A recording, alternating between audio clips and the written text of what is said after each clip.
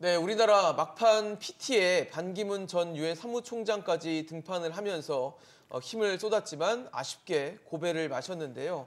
마지막까지 최선을 다한 대표팀, 또 우리나라 대한민국 원팀 이 모습을 먼저 좀 보시고 본격적인 토론 시작해 보도록 하겠습니다. Korea will be your trusted partner. We will bridge the gap between the rich and the least developed nations.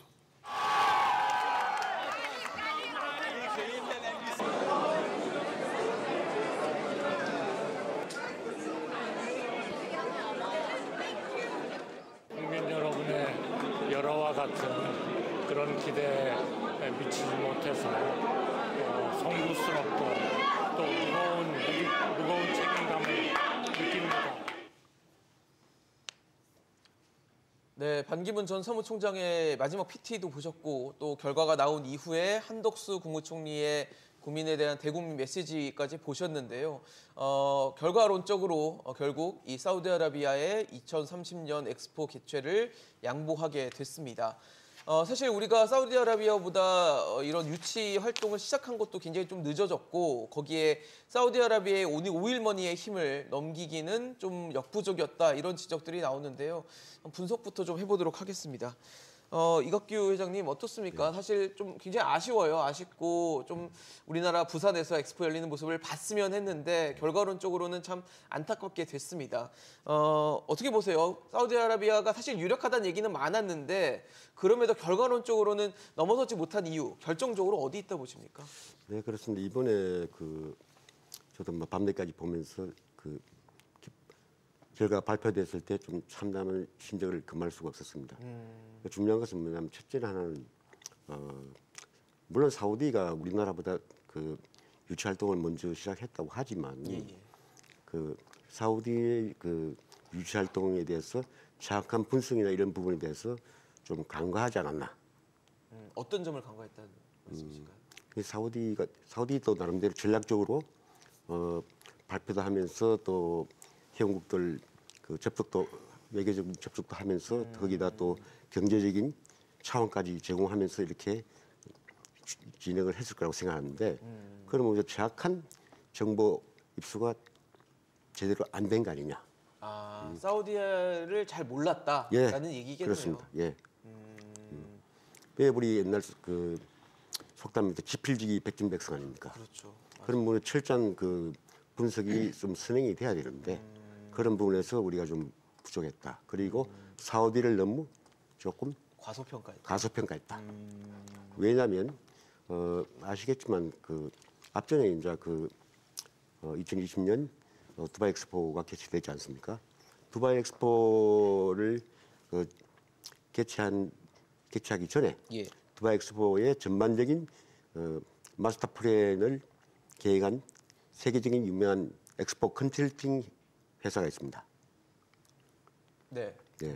그렇군요. 그런데 그 회사를 또 사우디가 바톤을 이어서 지금 활용하고 있습니다. 그 세계적인 컨설팅 회사, 엑스포 컨설팅 회사를 지금 활용하는 측면도 무시 못했고 그런 점에서 조금 이제 아쉬움이 많이 남습니다. 네.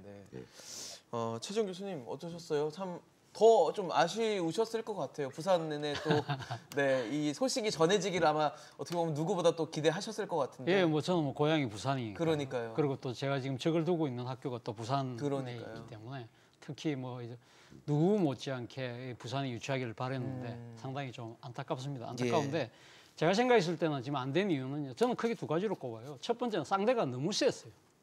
사우디가 사실은 지금 올머니도 올머니지만 사실은 지금 이 지역적으로도 맹주잖아요. 그러니까 지금 중동이라는 국가 지역에서도 상당히 사우디가 중심 국가고 또 하나는 사우디는 리야드가 말 그대로 이슬람의 성지잖아요. 그렇죠. 그렇기 때문에 이 성지를 적극적으로 활용을 해서 소위 말하는 이슬람 국가들이 많이 포진되어 있는 동남아 같은 데도 상당히 표를 흡수할 수밖에 없는 상황인데 거기다가 가장 중요한 요소가요. 제가 생각해서는 무하마드 빈 살만 왕세자의 꿈과 의지예요.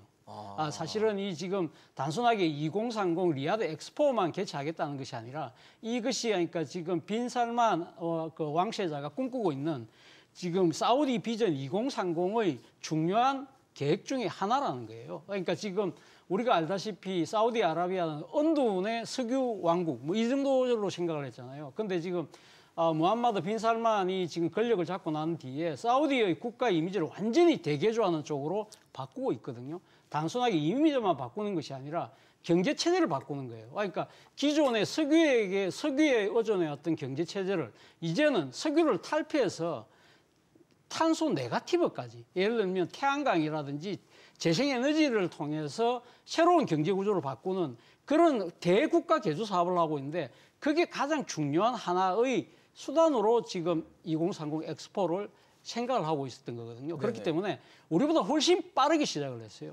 그리고 또 하나의 우리가 지금 그 디즈니 이유 중에 하나는 우리가 출발이 상대적으로 너무 늦었다는 거예요. 그러니까 지금 사우디아라비아가 사실 우리보다 1년 먼저 국가적으로 캠페인을 시작을 했는데, 사실은 지금 그 월드컵 축구나 올림픽 개최 같은 경우는요. 그러니까 월드컵 축구 같은 경우는 피파 집행위원이 투표를 하고, 그리고 그 지금 올림픽 같은 거 IOC 위원이 투표를 해요. 그렇기 때문에 그 개인을 이렇게 섭외해서 한번 표를 만약에 주겠다고 했다가 그 사람이 또 이 자기 상황에 따라서 바뀌기는 참 쉬워요.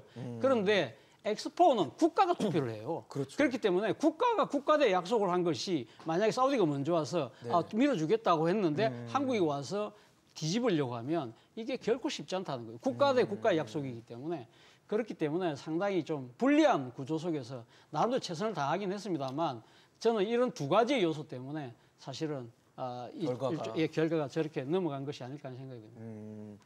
참 아쉽습니다. 여러 가지 분석 요인을 말씀 주시고 계신데, 공영익 교수님 어떻습니까? 사실 PT 또 참여를 하셨기 때문에 또 굉장히 또 아쉬움이 있으실 것 같아요. 어떻게 보셨습니까? 솔직히 말씀드리면은 아침에 부산에서 올라오는 비행기를 타고 싶지 않았습니다. 예, 저희 스튜디오까지 오시기까지가. 예, 저는 어쨌든 2년 넘게 프레젠테이션을 같이 이제 진행하고 있었던 입장이기 때문에 이 결과에 대해서 사실 유구무원이지 않겠습니까? 예, 그래서 난감한데요. 일단 상대가 어떻다라고 하는 거는 저희가 결과론적으로 얘기할 수 있는 부분일 수 있을 것 같아요. 그러니까 예를 들어 모스크바가 만약에 계속 경쟁을 했다면 더 어려웠을 수도 있을 것 같고요. 예, 그 도시의 파워로 봤을 때는 그럴 수도 있기 때문에 오히려 저는 결국 이 정도의 표차가 난 것이 가장 큰 문제라고 생각하는데, 그건 역시 분석력의 문제이지 않을까. 예, 저희가 좀 더 판세를 정확하게 보는 것이 중요했던 것 같고, 당연히 교수님 말씀처럼 먼저 뛴 국가가 유리할 수밖에 없을 것 같고요. 그런 것들도 저희가 1년 후에 뛰어들었을 때 감안을 하고 갔어야 되는 거라고 생각이 듭니다. 그래서 그런 부분들이 다음번을 위해서는 좀 더 고려가 돼야 되는 부분인 것 같습니다.